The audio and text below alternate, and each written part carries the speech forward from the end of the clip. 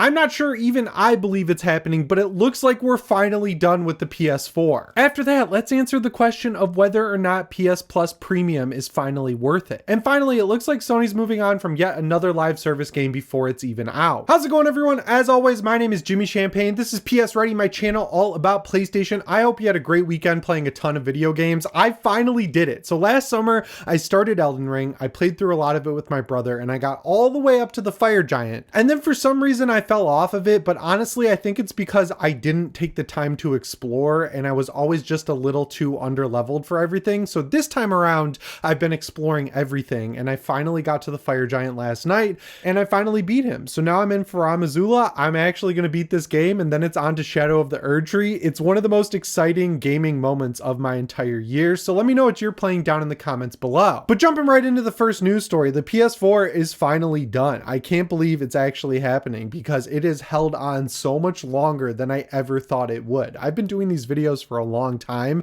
and as someone who's extensively played on the PS4 and PS4 Pro, I mean, even by the time the PS4 Pro was a couple of years old, it was already kind of falling behind because it's old tech, right? Like they held on to the PS4 a lot longer than they wanted to before releasing it. So by the time that thing even launched in the first place, it was already aging hardware. I mean, you were hoping to hit 30 FPS and like maybe 720p with upscaling on that console by just a couple of years into it. So I was really excited to move on to the PS5, but because of the global situation where no one has any money, a lot of people were like, I'm going to stick with what I have and hang on to the PS4 as long as possible. And developers, including Sony, were kind of backing that up by releasing all of their new games on both PS5 and PS4. But now it looks like that's finally ending because two of the biggest games on the PlayStation 4 that have really been keeping it alive just announced that they're ending support for the console. It first started with Genshin Impact, which is a weirdly huge game. Like, I don't see a lot of people talk about it.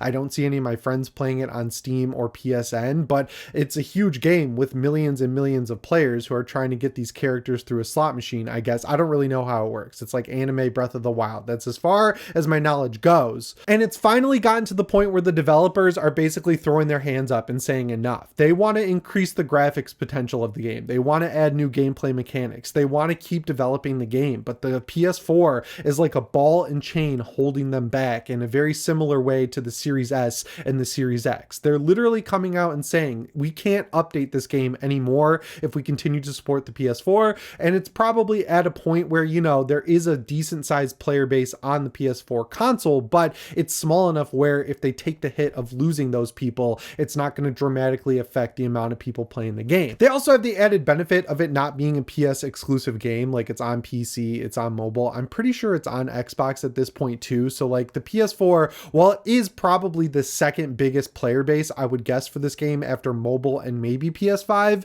you know, it's not going to be a huge hit for them to lose these players. Like, I didn't report on it when it came out because it was like, it made sense. It's a free to play game. They're going to meet players where they're at, X, Y, and Z. But then this week, right after they announced it, PUBG announced that they're abandoning support for the PlayStation 4. And that really surprised me because PUBG was big on PC back when the Battle Royale craze was happening, but it really exploded once it came to PS4. So if they're jumping ship as well, I'd imagine that's just the tip of the iceberg. And we could potentially see other games like Fortnite, Apex Legends, Call of Duty Warzone, all of these games finally abandon the PlayStation 4. And my response to this is good. It's happening way too late. Like, at some point, you have to move on from the last generation of consoles because it's not cutting edge tech anymore, and it wasn't cutting edge tech when it came out. And everyone's kind of noticed that games have completely stagnated this generation, right? Like, I notice it all the time as a person who plays a ton of racing games. I have to go back to games from like 2015, 2016 up to like 2018, and it is shocking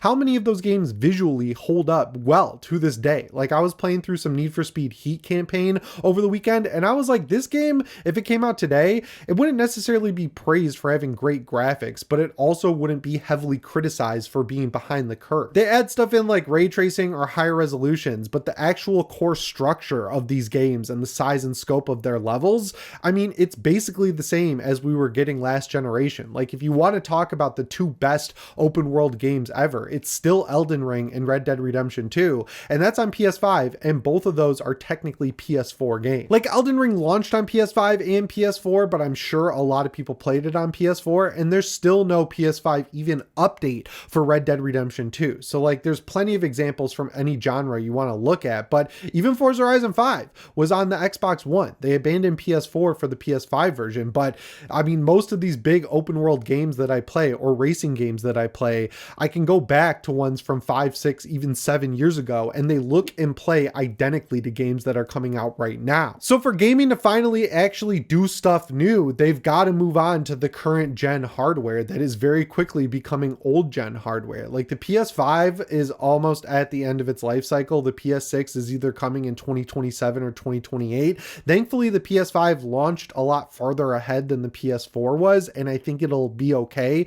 if that one lasts a lot longer, mainly because the hardware is ahead of where games are at. So like in the beginning of the next generation, they're still going to be playing catch up with games, and then eventually probably halfway through the gen, that's when we'll see them abandon PS4. I think it'll last a long time, but it'll be left behind a lot quicker than the PS4 was. And it's not just these big free-to-play games that are leaving. I mean, Silent Hill 2 is a PS5 only game. Silent Hill F is a PS5 only game. Ghost of Yotei is PS5 only. Like Sony has clearly moved on from the PlayStation 4. Even their big live service, the only one to actually come out so far, Helldivers 2, that's not on PS4, and it's hard to run even on handhelds like the Steam Deck. Like it actually takes advantage of the PlayStation 4 with its live service sort of updates and everything, and its graphics and frame rate. So like they've moved on, but when you're starting to see the free-to-play games moving on, that's when you can officially call it over, because those are the vast majority of what's being played on consoles. Like we're seeing all of these games that we love not really selling all that well, but these companies like Sony and even Microsoft are still making more money every quarter. They're making that money through live service free-to-play games like Genshin Impact and PUBG. So if they're jumping ship, that means we are finally at the end of the PlayStation 4, and I hope the next few years of the PS5 ecosystem life cycle, whatever you want to call it, are actually, you know, developers taking advantage of it, because there's still a lot of headroom on that hardware, and they can safely ignore Xbox with them getting out of the hardware game pretty much altogether. But speaking of great games to play on your PS5, I want to talk about how PS Plus Premium is kind of doing the unthinkable and actually adding features that make it live up to its high cost point. So one of the most underrated features, I would say, of PS Plus Premium is the game trials. There haven't really been that many of them, but in theory, you'll be able to play games for 2 hours or so on the console, and then when you get to the end of the trial period, you'll be able to carry your progress forward, or maybe even get a discount on the game for doing the trial, and then you'll just be able to play the full game if you buy it. They've kind of neglected this, like I mentioned, but recently 2 big additions have come to the service, and I think they're actually games that are worth trying, one of them being Death Stranding 2,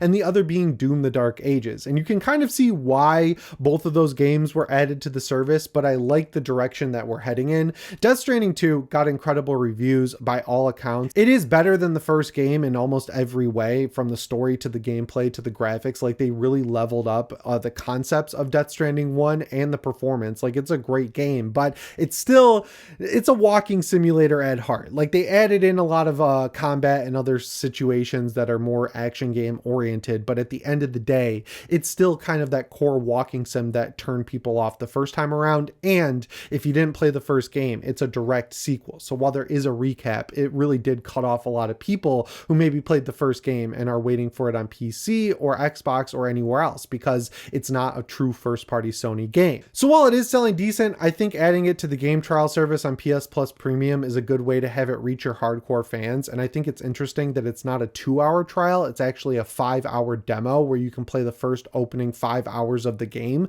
which is awesome. I think that more games should do that, because, you know, more modern games are taking longer than 2 hours to actually show you what the actual game is. I don't know why that is, but you know, they're actually thinking about it in a smart way to make it so that you can have enough time with it to maybe then purchase it. And with Doom: The Dark Ages, it's just so weird, because I loved Doom 2016. I loved Doom Eternal. I thought it was excellent. I had no issues with the Marauder. I liked that the gameplay was built around, you know, learning how to actually counter all the different attacks from the harder enemies, and I beat it on the hardest difficulty. I ended up playing through it twice, but then Doom: The Dark Ages just totally passed me by. I don't know what it was. Something about it just didn't hook me in the same way as those other 2 games, despite the cool aesthetic of the world, the fact that it was medieval. I don't know what it was, but I think it was mostly the glory kills being removed. Something about it though just didn't click with me. That's the perfect type of game to add to the 2-hour game trial, because everyone I talked to who did buy it for $70 and play played it,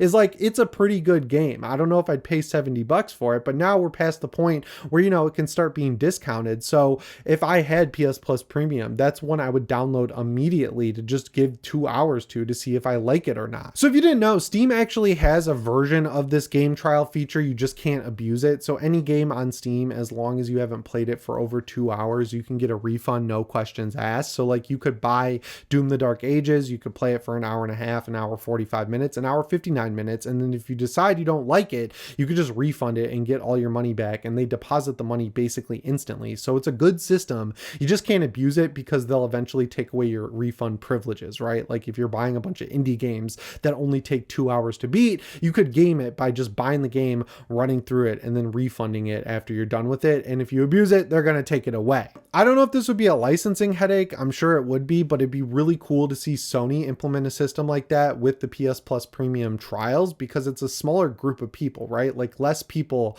pay for the most expensive PS Plus, so it's a smaller pool. It'd be sweet to see them activate this for pretty much any game on the PlayStation 5, as long as it's longer than 2 hours. I'm sure they could figure it out, and that would honestly get me to subscribe to PS Plus Premium, because it would bring me back to the days of downloading hundreds of demos to my PS3 to decide what games I wanted to put on my birthday or Christmas list that year. And I'm definitely not criticizing them for how it works now, because I think they are doing it smart, where they have these great games that just aren't reaching a potential audience that would actually love them for some reason or another. So they're saying, hey, you're our tuned in hardest core audience, you're giving us the most money every month, we're gonna put this really good game, whether it's Death Stranding 2 or Doom the Dark Ages, right in front of your face, and give you a way to play it for free or with your subscription that you already paid for, and then you can see if you like it or not.